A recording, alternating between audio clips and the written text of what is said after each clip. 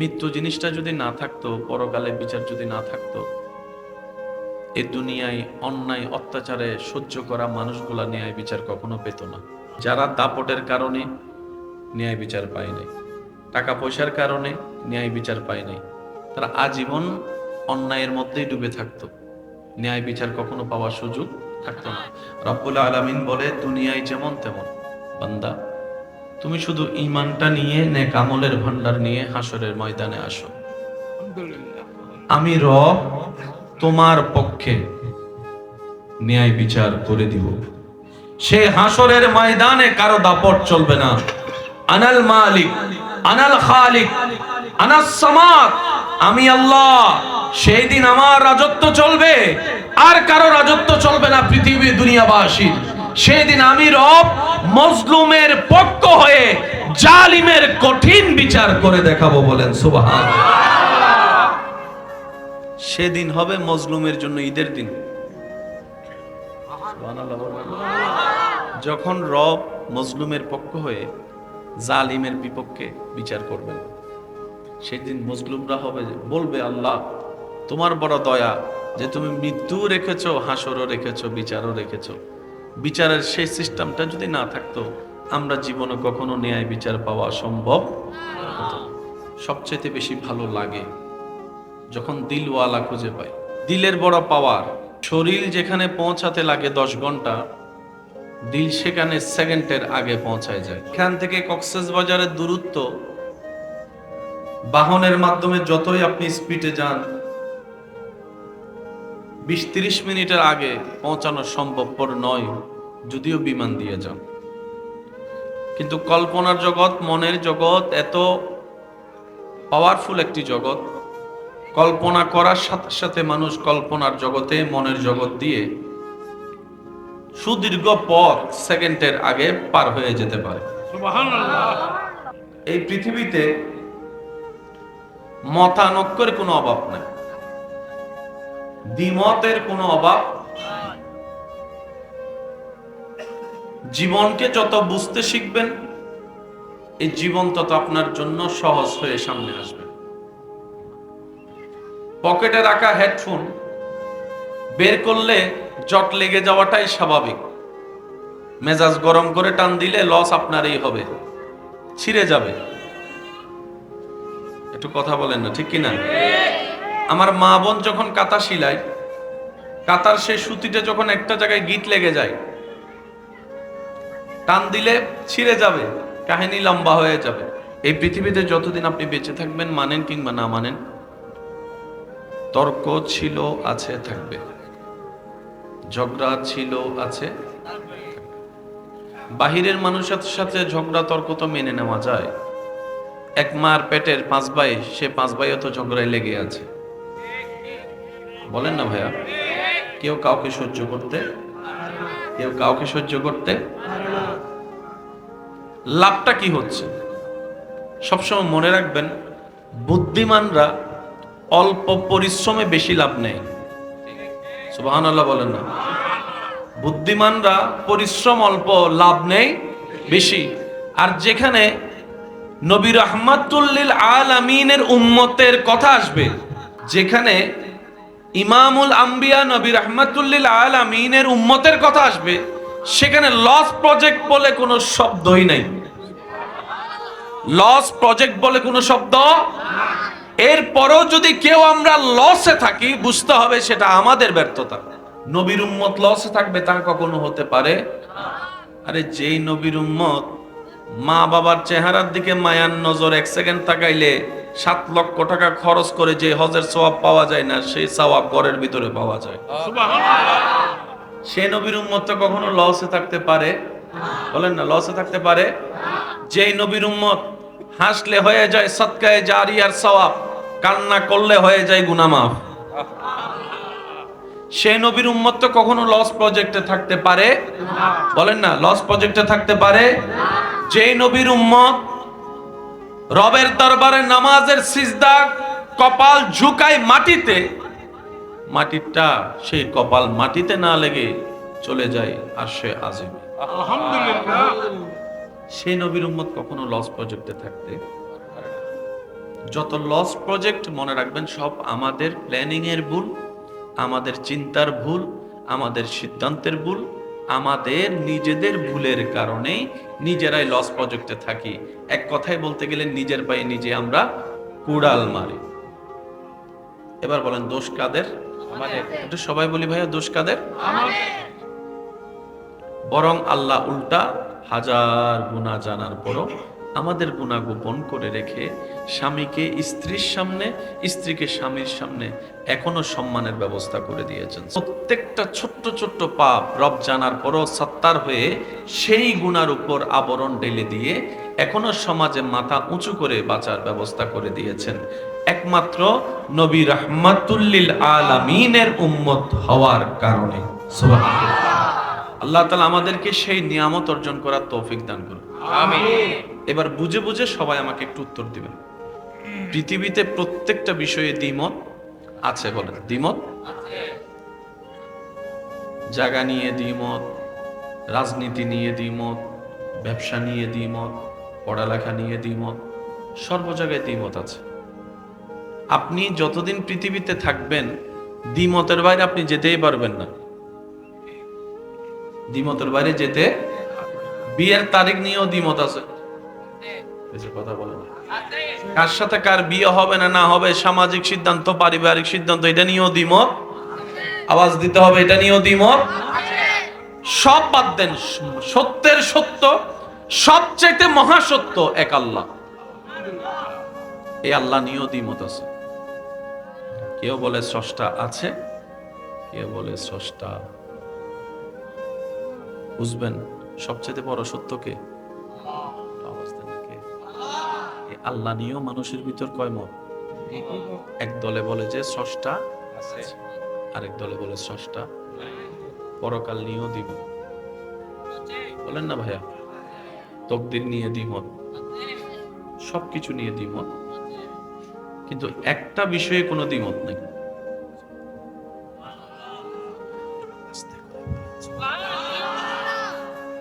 যে ধর্মেরই হোক, যে মতেরই হোক, দ্বিমত আছে, দ্বিমত ছিল, দ্বিমত থাকবে। কিন্তু একটা বিষয় নিয়ে কোন দলের, কোন মানুষের, কোন প্রাণীর দ্বিমত নাই, সেটা হচ্ছে একদিন মরতে হবে। সে যে দলেরই হোক, সবাই বলে একদিন, বলে না মুসলমানে বলে একদিন মরতে, হিন্দু বৌদ্ধ খ্রিস্টান ভাইয়েরাও বলে একদিন মরতে, আস্তিক নাস্তিক সবাই বলে একদিন মরতে, গরুও বলে একদিন মরতে হবে, বাঘও বলে একদিন। মৃত্যু নিয়ে কারো কোনো দ্বিমত? এই মৃত্যুর শেষ হওয়ার সাথে সাথে আবার দ্বিমত শুরু। কেউ সাদা কাপড়ে বিদায়, কেউ লাল কাপড়ে বিদায়। আমি কি বুঝাতে পারছি কথা আপনারা? কেউ গেড়ে ফেলে, কেউ পুড়ে ফেলে, কেউ পানিতে ভাসায় দেয়, কেউ পাখিকে খাওয়াই দেয়, কেউ কবর দিয়ে দেয়। কেউ বলে পরকাল আছে, কে বলে পরকাল নাই, কে বলে জান্নাত জাহান্নাম আছে, কে বলে জান্নাত জাহান্নাম, কে বলে যে বিচার আছে, কে বলে যে বিচার, কে বলে যে এটার পরেও জীবন একটা আছে, কেউ বলে যে এটাই শেষ, এটার পর আর কোনো জীবন নাই। অর্থাৎ মৃত্যুর আগ পর্যন্ত দ্বিমত, মৃত্যুর পরও শুধু একমাত্র মৃত্যু শব্দটায় কারো কোনো দ্বিমত নাই। সুবহানাল্লাহ করে যায় বলেন, আর একটু আস্তে করে বলেন সুবহানাল্লাহ। এই কথাটা মাথায় এক সাইডে বসান। কি মৃত্যু নিয়ে কোনো দ্বিমত? আমার ব্যক্তিগতভাবে এইরকম মাহফিলগুলো খুব পছন্দ হয় আমার। এক একজনের পছন্দ এক এক রকম থাকতেই পারে, তবে সবচেয়ে বেশি ভালো লাগবে, সবচেয়ে বেশি ভালো লাগে যখন দিলওয়ালা খুঁজে পাই। সুবহানাল্লাহ বলেন। দিলের বড় পাওয়ার। শরীর যেখানে পৌঁছাতে লাগে 10 ঘন্টা, দিল সেখানে সেকেন্ডের আগে পৌঁছায় যায়। সুবহানাল্লাহ। একটু মহব্বতের আওয়াজে বলি সুবহানাল্লাহ, আর একটু আওয়াজ দিয়ে বলি সুবহানাল্লাহ। এখান থেকে কক্সবাজারের দূরত্ব বাহনের মাধ্যমে যতই আপনি স্পিডে যান, 20-30 মিনিটের আগে পৌঁছানো সম্ভবপর নয়, যদিও বিমান দিয়ে যান। কিন্তু কল্পনার জগৎ, মনের জগৎ এত পাওয়ারফুল একটি জগৎ, কল্পনা করার সাথে সাথে মানুষ কল্পনার জগতে, মনের জগৎ দিয়ে সুদীর্ঘ পথ সেকেন্ডের আগে পার হয়ে যেতে পারে। সুবহানাল্লাহ। আমি আশা রাখবো সেই দিলের কানটা রেখে আমরা যেন কিছু শ্রবণ করার চেষ্টা করি। আল্লাহ তাআলা আমাদের সবাইকে সে তৌফিক দান করুন। আমিন। এই পৃথিবীতে মতানৈক্যের কোনো অভাব নাই, দ্বিমতের কোনো অভাব। জীবনকে যত বুঝতে শিখবেন, এই জীবন তত আপনার জন্য সহজ হয়ে সামনে আসবে। পকেটে রাখা হেডফোন বের করলে জট লেগে যাওয়াটাই স্বাভাবিক। মেজাজ গরম করে টান দিলে লস আপনারই হবে, ছিঁড়ে যাবে। একটু কথা বলেন না, ঠিক কিনা? আমার মা বোন যখন কাঁথা সিলায়, কাঁথার সেই সুতিটা যখন একটা জায়গায় গিট লেগে যায়, টান দিলে ছিঁড়ে যাবে, কাহিনী লম্বা হয়ে যাবে। যদি মাথা ঠান্ডা রেখে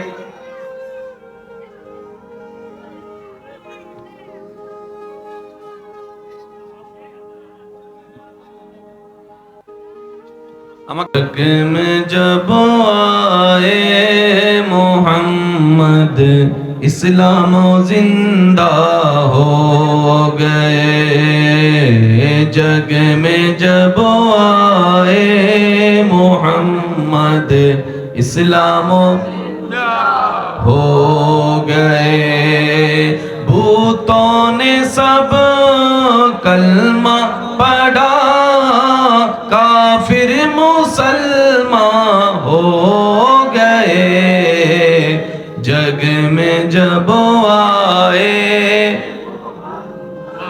इस्लाम जिंदा हो गए। अल्लाहुम्मा सल्ले अला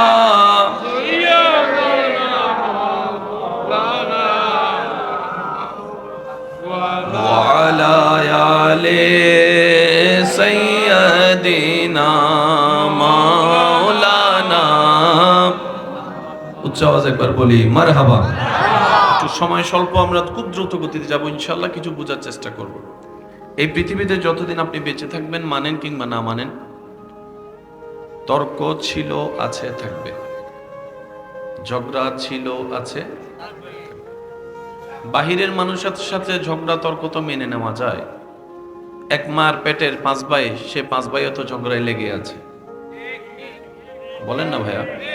কেউ কাউকে সহ্য করতে, কেউ কাউকে সহ্য করতে। লাভটা কি হচ্ছে? সবসময় মনে রাখবেন, বুদ্ধিমানরা অল্প পরিশ্রমে বেশি লাভ নেয়। সুবহানাল্লাহ বলেন না? বুদ্ধিমানরা পরিশ্রম অল্প, লাভ নেই বেশি।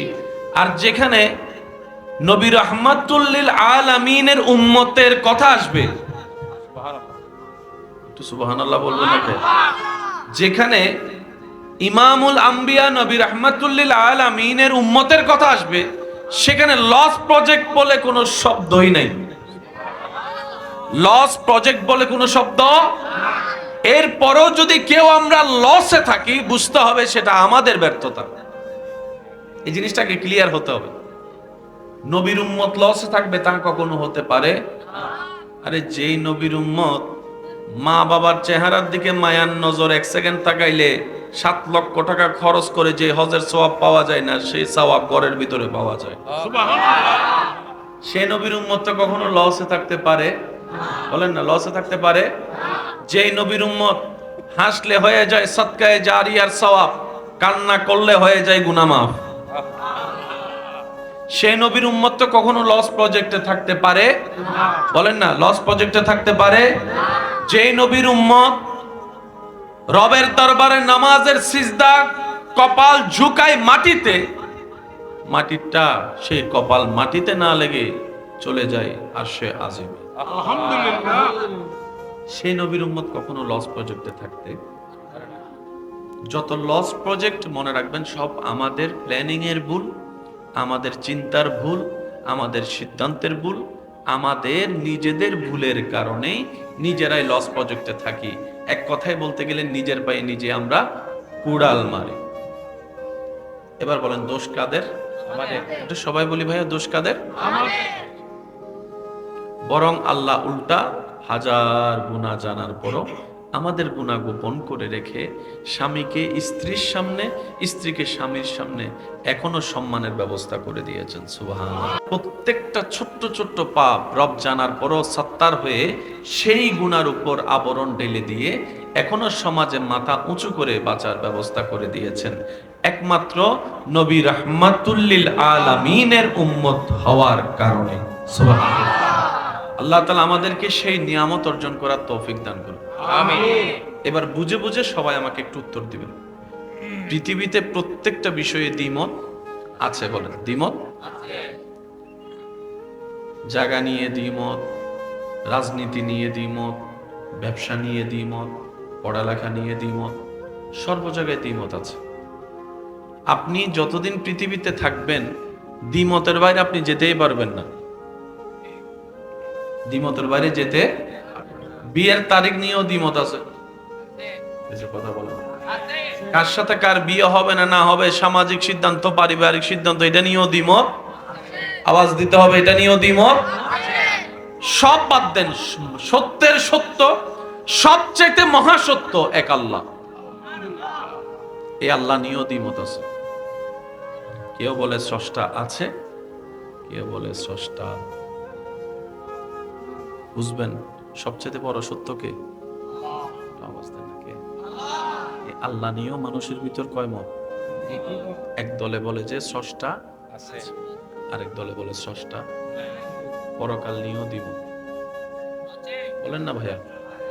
তকদির নিয়ে দ্বিমত, সবকিছু নিয়ে দ্বিমত, কিন্তু একটা বিষয়ে কোনো দ্বিমত নেই।